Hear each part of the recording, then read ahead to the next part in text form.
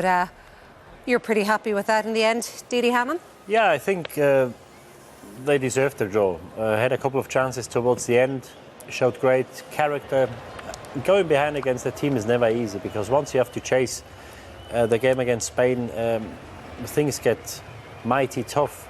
I feel after Spain made a substitute, Williams come on, I think he struggled a bit, and they got the upper hand. And Fulkrug did make a difference. It was he played most of his career in the championship in Germany, but he's a goal scorer, and if you give him a sniff of in front of goal, he'll do it. And he made a big impression when he did come on. I expect him to start the next game, and he keeps us in the competition. After this morning, everybody would have taken obviously a Costa Rica win and a draw in that game. Things couldn't have worked out a lot better for us than they did today. Yeah, what about from a Spain perspective, Stephanie? They looked, once they got that goal, they looked like they may well hold out for it, but obviously Germany weren't going to let that happen. Yeah, credit to Germany. I think they kept at it, and as Didi said, they showed a lot of character, I think, especially against that Spain team, because they can hurt you on the counter-attack as well. And I know Asensio had a good chance to score, but I think Germany definitely showed a bit more character in that game, and they really were fighting. And they had some good chances as well. I think Musiala came into the game quite well as well. You've got the 2010 and the 2014 World Cup winners there. We've seen the current holders looking very good in their opening two games. Argentina came back into it. We've obviously seen Brazil as well. These two sides now, on what you've seen so far. I don't know if Germany are in that category just yet. I think you probably agree. I don't think, based on what anyone thought of them pre-tournament in the last 12 months they've had in terms of results, but particularly not from what we've seen from them, more so in the first day. But today, I don't think they did. I think they did enough to draw the game, but I don't think they did enough to convince people that the other day was an aberration. It was just a fluky result based on a strong finish by Japan. I think they'd be delighted with the result. It was all about the result. Being pleased with aspects of the performance is nice, but playing really well and losing that game tonight would have been a big blow for them. So it's going to be a hell of a final day for all teams. We talked a lot before the game about potential lack of cohesion within the group itself. We obviously still can't know the answer to that, but looking at the way they played, did it seem to you like they at least are there for each other? They're going to play for each other when it gets to pitch time? They stuck together, they dug in. I think that was the most pleasing aspect. Losing the first game the way they did, going behind, they could have said, maybe not our tournament, but they didn't. And they fought, and we've got to say, as Steph said, I think Musiala was at the heart of everything. The kid is 19, and what he does is just unbelievable. At this age, he's leading that German team. I think Goretzka was a huge influence as well. He won a few balls in the middle of the park, which kept Spain on their toes. And managers speaking to the ref here, they're having a laugh, all good. He looks pretty relieved, doesn't he? Yeah, he certainly is. Because, as we said before, the tournament could have been over now. And the way the results have gone, with the draw we've got here, it'll give him encouragement. And destiny is in their own hands, which is most important. So, credit to them. Criticise them after the first game, but I think today you've got to give them credit the way they did come back. It's not that easy. It's a very good team. And they keep the ball well, maybe lack a bit of pace going forward, but they're a very good team technically. Well done to Germany. It's mostly shots of the Germans we are seeing out there, which is, apart from the fact that Didi's here, that we're concentrating on them for the moment. But those shots there, the players, they looked out on their feet, didn't they? That tells you a lot about the 96 minutes that we've just watched. Yeah, they worked hard to get that result, and I think we said it. We touched on it in half time. I think they had to work a hell of a lot without the ball in that first half, and I think in the second half they kept the ball better. So you mentioned Musiala getting on the ball a little bit more. Sané, when he came on, he had a big impact. Goretzka as well in midfield broke up the play quite a bit, but they kept the ball better in that second half, and we'll see a couple of chances that they did have, but I think they'd be happy with the performance in the second half and happy with the character and the togetherness of the team. Even without the ball, though, they pressed high. Like, when there was a couple of opportunities, I think we're going to show it in a while, a couple of passages of play where Spain had the ball trying to play it from the back, and the Germans were right on them, and that's a brave thing to do given the Spanish players' ability to play around you and really punish you. Yeah, but Germany with the equaliser, so they're still in the competition, but no doubt about it, Spain definitely in the stronger position. It was a moment of magic, wasn't it? There's lots of talk about how many 0-0 draws we've got in this World Cup. But when you see something like that, it restores your faith in the game, doesn't it? Yeah, it was a really good game, and the first goal from Spain was a really good one as well. I mean, I just love watching them play. I love how they approach the game. So many players always just want to receive the ball in tight spaces and always receive it with intent. Like the previous criticisms used to be they'd receive it for the sake of it, they pass it for the sake of it. You can't say that about a team on the back of a game that scored 7 goals. But here's a good example of it. Everyone gets it on the half turn, punches it in, half turn, plays it forward. And after, it's just the quality of the ball there from Jordi Alba. We'll see in a moment. Almost run inside here. He picks it up. You can see Morata is now circled. It's that run across round there, and he's no chance.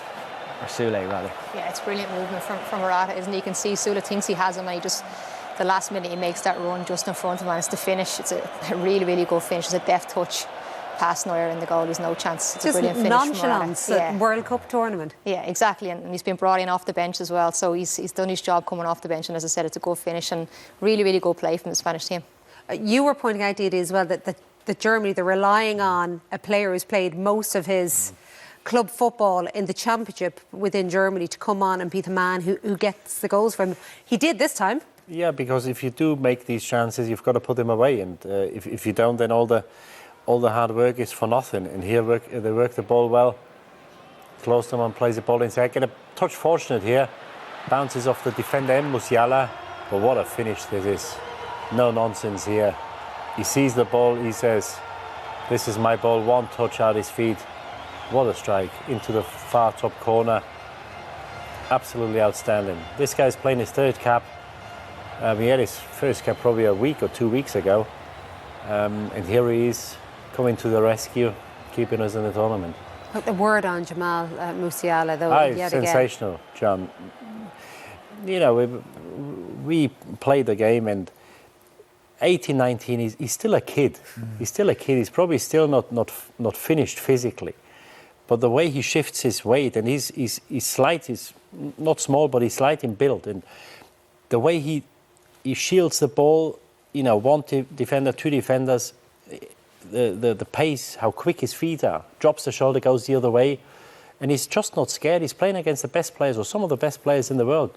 Busquets, a World Cup winner, Champions League winner, and he goes out there and he's fearless. And I hope he doesn't know how much weight is on his shoulders, because he does carry that German offence, and Goretzka was a big player. That's what I was going to ask you about. The very fact that he has all that skill and he is that age, but he has to know that they need him to perform every time, or they're not going to get anything out of these games. Yeah, he's very grounded. He's got a good background. I think his mum is a big influence on him. And obviously they try to take all the attention away from him as much as possible, but there's only so much possible, because he's probably one of the standout players in the tournament so far. And if you look at the other forward players, Gundogan wasn't really in the game today. Müller is coming to the end of his career. He did make an impact today. Sané did okay when he came on, but he's really the go-to guy. And you know, for a player 19 years of age, it is a huge burden, but it doesn't seem to bother him. Maybe in a year or 2 years' time, maybe he realises what he's done or what he's doing. But I hope he stays the way he is at the moment, because it's just a joy to watch. Because even his style of play, it's so, you imagine the amount of confidence. Unpredictable. It doesn't fit in. You give. Okay, you can say it. You give him the ball, and it's individual brilliance. It's dribbling. It's give us it. I'll take you on, and it's that's the stuff that it's difficult to coach, because some players have that, but you need to be in a team environment which allows you to do it. And he is not only the one player who can do it, but it's in a team who desperately needs it. It's that little X factor that he has. But to be able to do that at his age, at this stage, for that jersey, like carrying that nation, like that's I can't get my head around that. And the number of times he comes out of a tackle, or every time he's got the ball, there's 1, 2, 3 players, because they know how dangerous he can be. And the number of times where I think, oh, he's lost it, and he comes out, there's 2 or 3 players around, he comes out with the ball. It's just, it's unbelievable what he does at his age, and the way he does it, is just exceptional. I'm deciding to give his mammy all of the credit based on what you said. Germany went really aggressive with their press in that second half, didn't they? Yeah, and I think it's things like this that maybe think they deserve the draw. Like so many teams against Spain, there's lots of ways to play against them, but you know what they're going to try and do against you. They're going to try and keep the ball on the ground and constantly play it from the goalkeeper all the way through the middle. And German were so, like, kind of aggressive and positive and assertive here. They just did not allow them have their own way and got a bit of joy from it. Not only stopped them playing out the back, which here's a couple of examples of it. In this occasion, actually created a goal-scoring opportunity. And that's because of their attitude. Kimmich nicks it first and then finds it back at his feet. He just can't get enough power on it. But that's not a chance to score on the back of a mistake by the goalkeeper. That's not a gift of a chance. That's a chance that they earn themselves because collectively they push forward, which is obviously a plan, and it nearly paid off massively. But that takes a lot to do that. In general, do they have the better of the chances in the second half? Yeah, I think if I'm honest, I think they're probably a better team in the second half in terms of how they played. I think the guys have obviously spoke very highly of Musiala there. I think you see a little combination of everything there. It's the quick feet, it's the strength, it's the awareness of where the players are and where the space is, and then it's the final product to get the ball into the box. And it's good defending from Spain in the end to get a touch on it. Again, he's involved here. He's just a joy to watch, really, isn't he? He comes through here as a shot. This is the one where you're thinking, can he put it across the goal or can he kind of maybe hit it either side of the keeper? He goes for power and it's a good save by the keeper in the end. Comes back to Sané and he gets a shot on goal. But I think definitely they pushed a little bit harder in that second half. They had opportunities. Sané here, as he gets through, you're thinking, can he put it across the goal? Can he come inside and get a shot on his right foot? He takes the option to go around the keeper and probably narrows his angle, and it's a poor finish in the end. But I think Sané, if he can get that out of his feet and get a shot off, it's a better opportunity. But definitely they showed signs of real good class going forward. Is there more in Spain, do you think, though, Richie? Is there more in Spain? Than what they showed tonight? And I know a lot of it was down to the pressure that Germany put them under. Well, I suppose they look at the context of the group and they'll think now 4 points going into the final game, it's all in their own hands. So, you know the phrase you always hear, you don't have to hit top gear at the start. I don't know whether that fits with the Spanish team, given they gave pretty much the perfect performance in their opening game. I always thought tonight would be a lot tougher for them. There was no way it was going to be a comfortable win, but I don't think we saw the best in Gavi tonight. Yeah. I think Pedri did well. Again, he did what he generally does.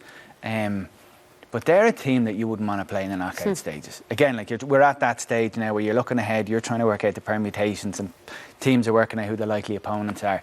There's nobody going to want to play against Spain.